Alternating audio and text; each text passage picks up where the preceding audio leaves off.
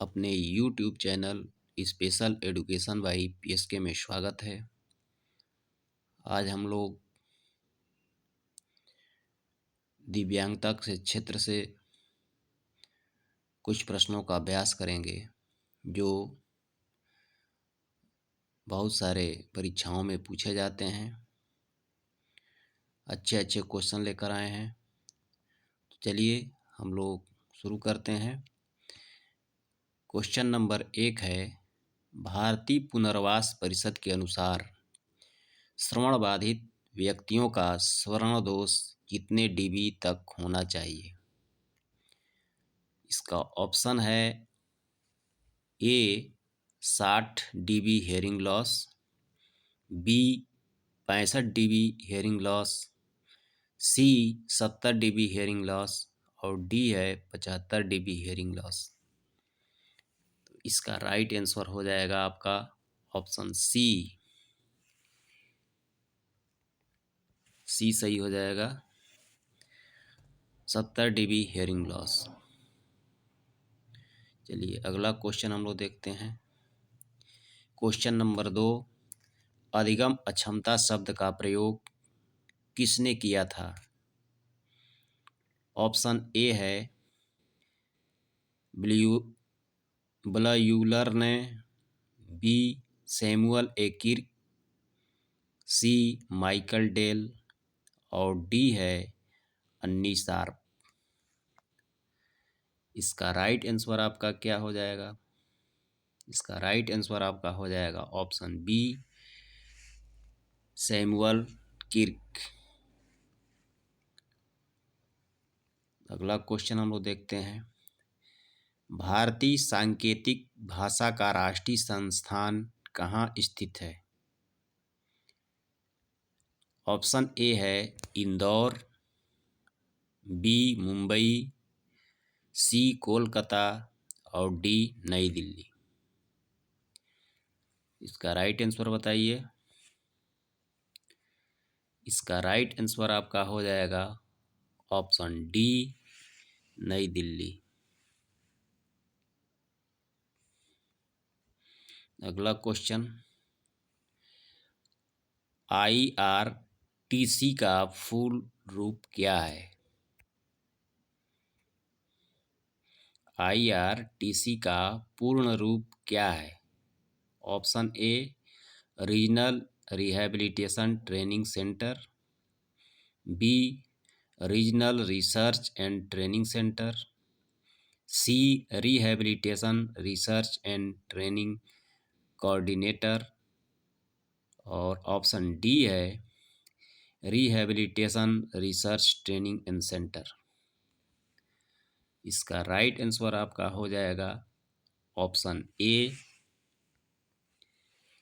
Regional rehabilitation training centre. पांचवा question हम लोग देखते हैं। पांचवा क्वेश्चन है, ऑडियोमीटर का उपयोग किया जाता है। Option A for hearing test,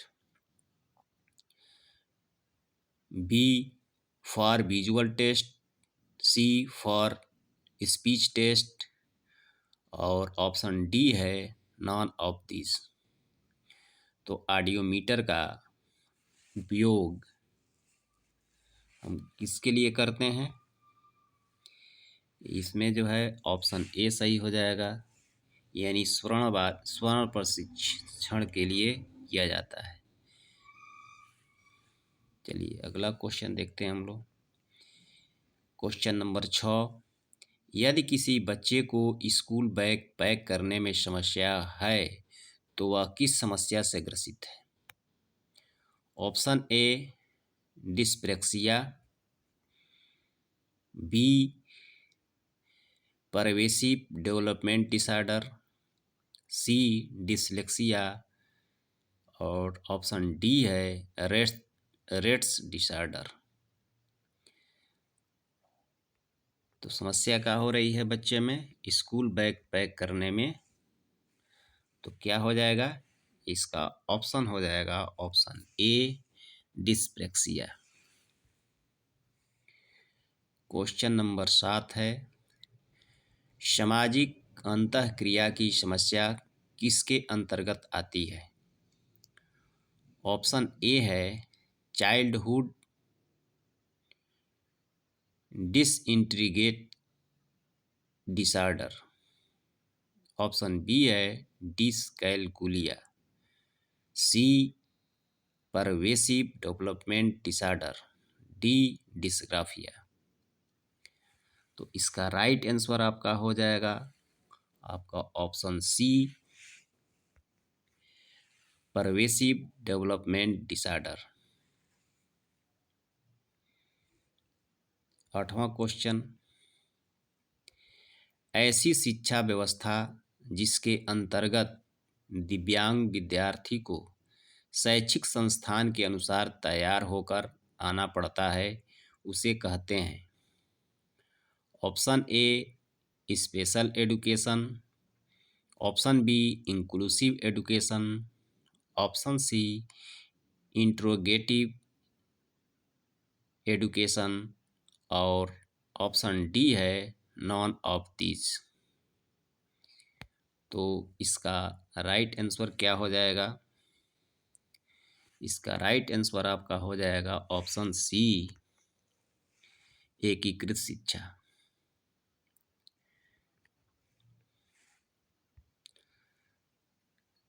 अगला क्वेश्चन, क्वेश्चन नंबर 9, कान के किस भाग में आर्गन ऑफ कॉर्टी पाई जाती है? ऑप्शन ए कान के बाह्य भाग में। ये बाह्य है, गलत प्रिंट हो गया है। बाह्य बाह्य भाग में। बी है कान के मध्य भाग में। सी कान के अंतः भाग में और डी इनमें से कोई नहीं। तो इसका राइट आंसर हो जाएगा आपका ऑप्शन सी इनर ईयर में, यानी कान के अंतः भाग में, आंतरिक कर्ण में। चलिए अगला क्वेश्चन हम लोग देखते हैं। क्वेश्चन नंबर 10, सामाजिक नियमों व कानूनों के विरुद्ध व्यवहार करने वाला बालक कहलाता है? ऑप्शन ए पिछड़ा बालक। बी बौद्धिक अक्षम बालक। सी अपराधी बालक और डी श्रवण बाधित बालक। तो इसका राइट आंसर आपका हो जाएगा ऑप्शन सी अपराधी बालक, यानी सी सही हो जाएगा अपराधी बालक, डेलिक्विंट चाइल्ड, अपराधी बालक हो जाएगा। चलिए अगला क्वेश्चन, क्वेश्चन नंबर 11, केस इतिहास विधि का प्रतिपादन किसने किया था? Option A Allen. Option B Lightner Witmer. Option C Frederic Le Play और ऑप्शन डी है नॉन ऑफ दीज। तो 11वां का आपका आंसर हो जाएगा right answer option C Frederic Le Play. चलिए अगला क्वेश्चन हम लोग देखते हैं 12वां, डिसलेक्सिया से पीड़ित छात्रों के सफल निष्कर्ष के लिए निम्नलिखित में से किस रणनीति से बचना चाहिए? ऑप्शन ए है हस्तलिखित कार्य जमा करने के लिए सख्त समय सीमा निर्धारित करना। बी है कक्षा में नोट लेने के बजाय वॉइस रिकॉर्डर की अनुमति देना। ऑप्शन सी है हस्तलिखित के बजाय टाइप किए हुए और मुद्रित कार्य की अनुमति देना।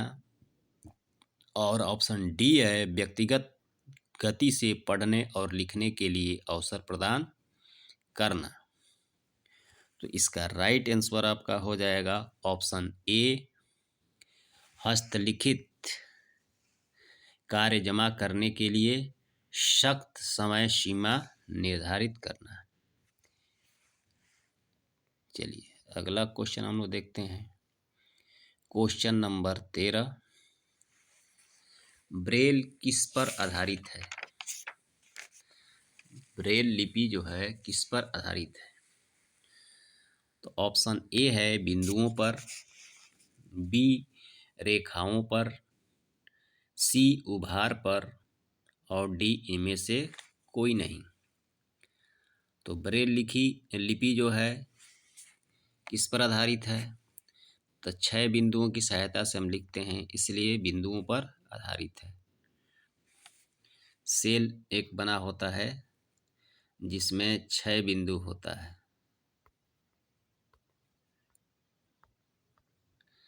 1 2 3, 1 2 3 4 5 6, इसको सेल, पूरे को सेल कहते हैं और इसको डॉट कहते हैं। चलिए अगला क्वेश्चन हम लोग देखते हैं 14वां। अधिगम दिव्यांग, गलत हो गया है मिस फ्रेंड, ये दिव्यांग हो गया है, ये दिव्यांग होगा। दिव्यांग वाले व्यक्तियों में क्या हो सकती है? ऑप्शन ए एक विशेष क्षेत्र में गंभीर हानि नहीं हो सकती, बी उच्च कौशल का कोई विशेष क्षेत्र नहीं हो सकता, ऑप्शन सी एक क्षेत्र और विशेष रूप से उच्च कौशल वाले क्षेत्रों में गंभीर हानि हो सकती है, ऑप्शन डी उपरोक्त सभी। तो इसका राइट आंसर हो जाएगा आपका ऑप्शन सी, एक क्षेत्र और विशेष रूप से उच्च कौशल वाले क्षेत्रों में गंभीर हानि हो सकती है। चलिए अगला क्वेश्चन हम लोग देखते हैं, क्वेश्चन नंबर 15। किस प्रकार के अक्षम बच्चों के लिए सांकेतिक भाषा का प्रयोग किया जाता है? ऑप्शन ए है श्रवण अक्षम, बी दृष्टि अक्षम, सी गत्यात्मक अक्षम और डी भाषा अक्षम। तो इसका राइट आंसर आपका हो जाएगा ऑप्शन ए श्रवण अक्षम, यानी जिनको सुनने में दिक्कत होता है, जो बिल्कुल नहीं सुन पाते हैं, उनको सांकेतिक भाषा साइन लैंग्वेज का प्रयोग किया जाता है। और साइन लैंग्वेज भी कई प्रकार के होते हैं, अलग अलग देशों में अलग अलग प्रकार के सांकेतिक भाषा या साइन लैंग्वेज होता है। जैसे अमेरिका के साइन लैंग्वेज को ASL कहते हैं और इंडिया को ISL कहा जाता है। चलिए अगला क्वेश्चन हम लोग देखते हैं 16वां। कुष्ठ रोग को और किस नाम से जाना जाता है? ऑप्शन ए हार्टमैन रोग, बी हैंसेन रोग, सी हम्फ्रे रोग और डी हेरी रोग। इसका राइट आंसर आपका हो जाएगा ऑप्शन बी हैंसेन रोग। कुष्ठ रोग को और किस नाम से जाना जाता है? तो कुष्ठ रोग को हैंसन रोग के नाम से जाना जाता है, हैंसेन। चलिए क्वेश्चन नंबर 17। डिस्ग्राफिया है, तो डिस्ग्राफिया क्या है? डिस्ग्राफिया क्या है? ऑप्शन ए है एक भाषा विकार है जिसकी विशेषता हकलाना और उच्चारण में त्रुटि करना है, ऑप्शन बी है एक गति युक्त विकार है जिसकी विशेषता स्थूल पेशी विकार है, ऑप्शन सी है एक तंत्रिकीय विकार है जिसकी विशेषता अक्षरों और आकारों को बनाने में कठिनाई है, और ऑप्शन डी है एक मनोवैज्ञानिक विकार है जिसकी विशेषता ध्यान का अभाव और आवेगशील व्यवहार है। तो डिस्ग्राफिया क्या है? तो डिस्ग्राफिया जो है वह एक तंत्रीय विकार है जिसकी विशेषता अक्षरों और आकारों को बनाने में कठिनाई से है, इसलिए ऑप्शन इसका सी सही हो जाएगा, ये सही है। चलिए अगला क्वेश्चन हम लोग देखते हैं 18वां। मौखिक पढ़ने में समस्या निम्नलिखित में से किसका लक्षण है? ऑप्शन ए गूंगा, ऑप्शन बी है शारीरिक रूप से विकलांग, सी श्रवण बाधित, डी अधिगम में अक्षम। तो मौखिक पढ़ने की समस्या क्या है? मौखिक पढ़ने में जो समस्या होगा उसको हम लोग क्या कहेंगे? तो इसका राइट आंसर हो जाएगा आपका ऑप्शन डी, अधिगम में अक्षम। यानी अधिगम अक्षमता होगी जिनको मौखिक पढ़ने में समस्या होगी। अगला क्वेश्चन हम लोग देखते हैं 19वां, जूते के फीते बांधने और कपड़ों के बटन लगाने जैसे सूक्ष्म पेशी कार्यों में बच्चों के संघर्ष को समझने के लिए सबसे उपयुक्त विकल्प क्या है? जूते के फीते बांधना और कपड़े का बटन बंद करना।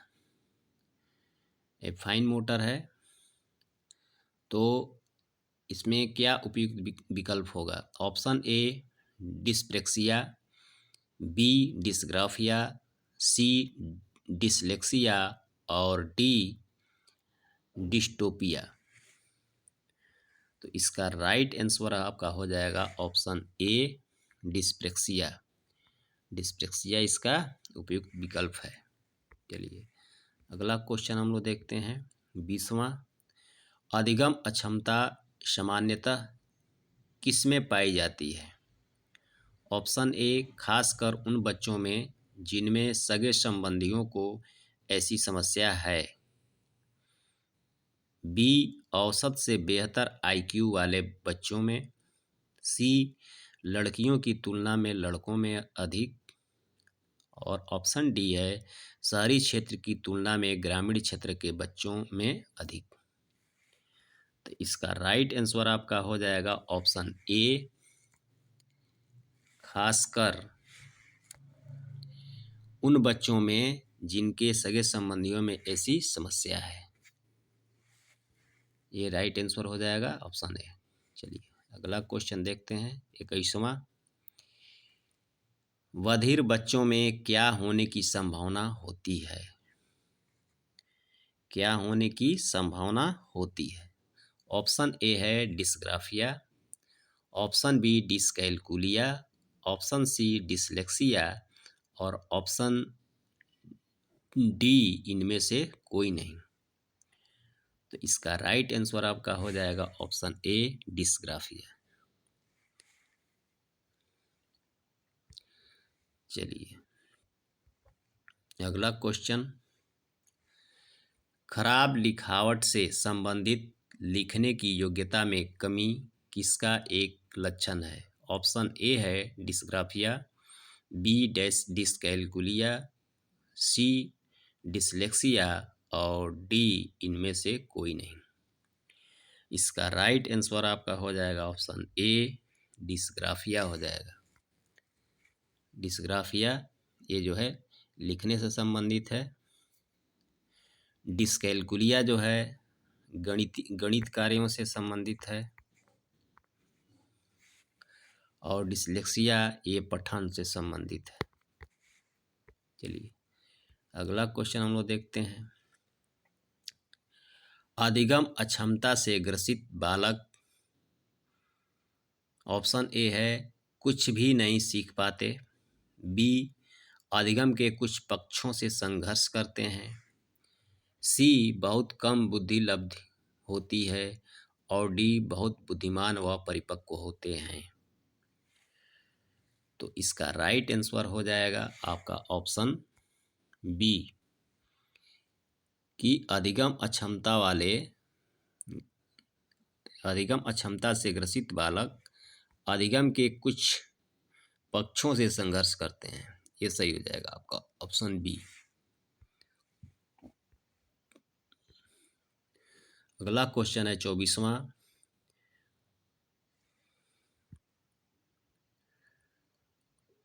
वह, ये गलत है, ये जो है वह वाणी भाषा संबंधी विचार क्या कहलाता है?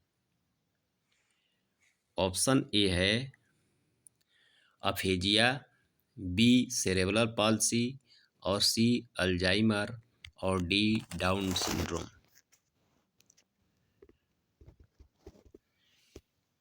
तो इसका राइट आंसर आपका हो जाएगा option A, aphasia.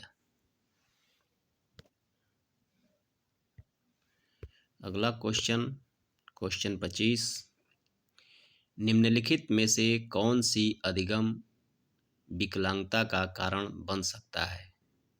Option A है कारण विकलांगता का कारण बन सकता है, तो ऑप्शन ए है सांस्कृतिक भिन्नता, बी प्रसव पूर्व दवा का प्रयोग, सी शिक्षक की योग्यता, डी साथियों द्वारा दिखाई गई उदासीनता।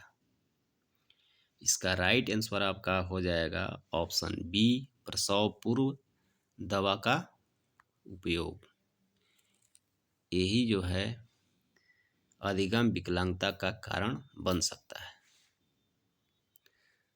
चलिए दोस्तों, अगर वीडियो अच्छी लगी तो चैनल को लाइक करें, और चैनल पर नए हैं तो चैनल को सब्सक्राइब करें कि इस प्रकार के नए नए वीडियो आपको मिलते रहें जो आपके परीक्षा में काम आएंगी। और कमेंट करें कि और आपको कैसी वीडियो चाहिए, और दोस्तों में शेयर करें कि इसका उनको भी लाभ मिल सके। फिर हम मिलते हैं अपने अगले सीरीज के साथ। तब तक के लिए जय हिंद, जय भारत।